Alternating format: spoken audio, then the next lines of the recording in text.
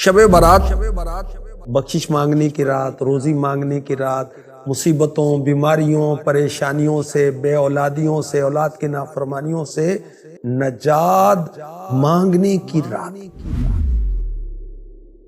اس کے بارے میں اللہ کے حبیب صلی اللہ علیہ وآلہ وسلم نے فرمایا، جب شعبان المعظم کی 15ویں رات شب برات آئے تو اس میں عبادت کرو، دن میں روزہ رکھو۔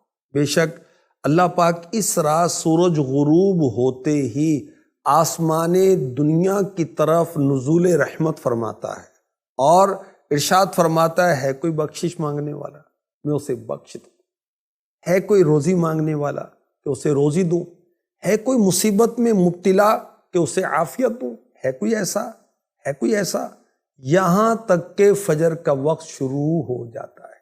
شب برات کے 6 نوافل کے بارے میں کچھ عرض کرتا ہوں۔ امیر المؤمنین پہلی صدی کے مجدد حضرت سیدنا عمر بن عبدالعزیز رحمۃ اللہ تعالی علیہ ایک مرتبہ شعبان المعظم کی نصف رات یعنی 15ویں رات یعنی شب برات عبادت کر رہے تھے۔ آپ نے جب سر اٹھایا تو ایک سبز پرچہ ملا جس کا نور آسمان تک پھیلا ہوا تھا۔ اس پر پتہ کیا لکھا ہوا تھا؟ هذه براءة من النار من الملك العزيز لعبده عمر بن عبد العزیز، خدائے مالک و غالب کی طرف سے یہ جہنم کی آگ سے آزادی کا پروانہ ہے جو اس کے بندے عمر بن عبدالعزیز کو عطا ہوا ہے۔ تو شب برات عبادت کی رات، شب برات نوافل کی رات، دعاؤں کی رات، نماز کی رات، کثرت درود کی رات، اپنے گناہوں کو یاد کر کے اس کی معافی مانگنے کی رات۔ اور اولیاء کرام کی یہ روٹین رہی کہ وہ شب برات پر مغرب کی نماز کے فرض اور سنتوں کے بعد 6 رکعت 2 کر کے پڑھتے تھے۔ پہلی 2 رکعتوں میں یہ نیت، یا اللہ ان 2 رکعتوں کی برکت سے مجھے درازی عمر بالخیر عطا فرما۔ پھر 2 رکعتوں میں یہ نیت فرمائیں، یا اللہ ان 2 رکعتوں کی برکت سے بلاؤں سے میری حفاظت فرما۔ پھر 2 رکعت پڑھنی ہے تیسری مرتبہ، اس میں کیا نیت ہوگی؟ یا اللہ ان 2 رکعتوں کی برکت سے مجھے اپنے سوا کسی کا محتاج نہ کر۔ نوافل پڑھنے کا طریقہ کیا ہے؟ ان 6 رکعتوں میں سورہ فاتحہ کے بعد جو چاہیں وہ صورتیں پڑھ سکتے ہیں، چاہیں تو ہر رکعت میں سورہ فاتحہ کے بعد 3 بار قل هو اللہ شریف یعنی سورہ اخلاص مکمل پڑھ لیں تو انشاءاللہ ہر رکعت میں ایک قرآن پڑھنے کا ثواب، 3 مرتبہ سورہ اخلاص پڑھنے سے ایک قرآن کی تلاوت کے برابر ثواب ملتا ہے۔ اچھا، ہر 2 رکعت کے بعد 21 بار 21 ٹائم قل هو اللہ احد پوری سورت پڑھنی ہے۔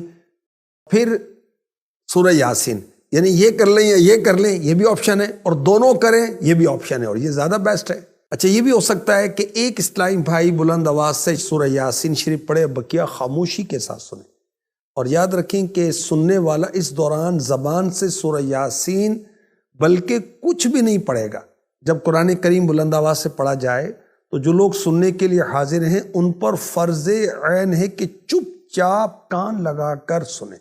انشاءاللہ الکریم شب برات شروع ہوتے ہی ثواب کا انبار لگ جائے گا۔ ہر بار سورہ یاسین کے بعد دعائے نصف شعبان بھی پڑھیے۔ دعائے نصف شعبان جو ہے آقا کا مہینہ، امیر اہل سنت کا رسالہ جو ہے اس پر آپ دیکھ سکتے ہیں۔ اللہ کے حبیب صلی اللہ علیہ وآلہ وسلم نے فرمایا، جس نے عیدین یعنی عید الفطر اور عید الاضحیٰ کی رات اور شعبان المعظم کی 15ویں رات یعنی شب برات عبادت میں جا کر گزاری، اس دن اس کا دل نہیں مرے گا جس دن لوگوں کے دل مر جائیں گے۔ آخری نبی مکی مدنی صلی اللہ علیہ وآلہ وسلم نے فرمایا، میرے پاس جبریل امی علیہ السلام آئے اور کہا، یہ شعبان کی 15ویں رات ہے، اس میں اللہ پاک جہنم سے اتنوں کو آزاد فرماتا ہے جتنے بنی کلب کی بکریوں کے بال ہیں، مگر مشرک اور عداوت کیا مطلب ہے؟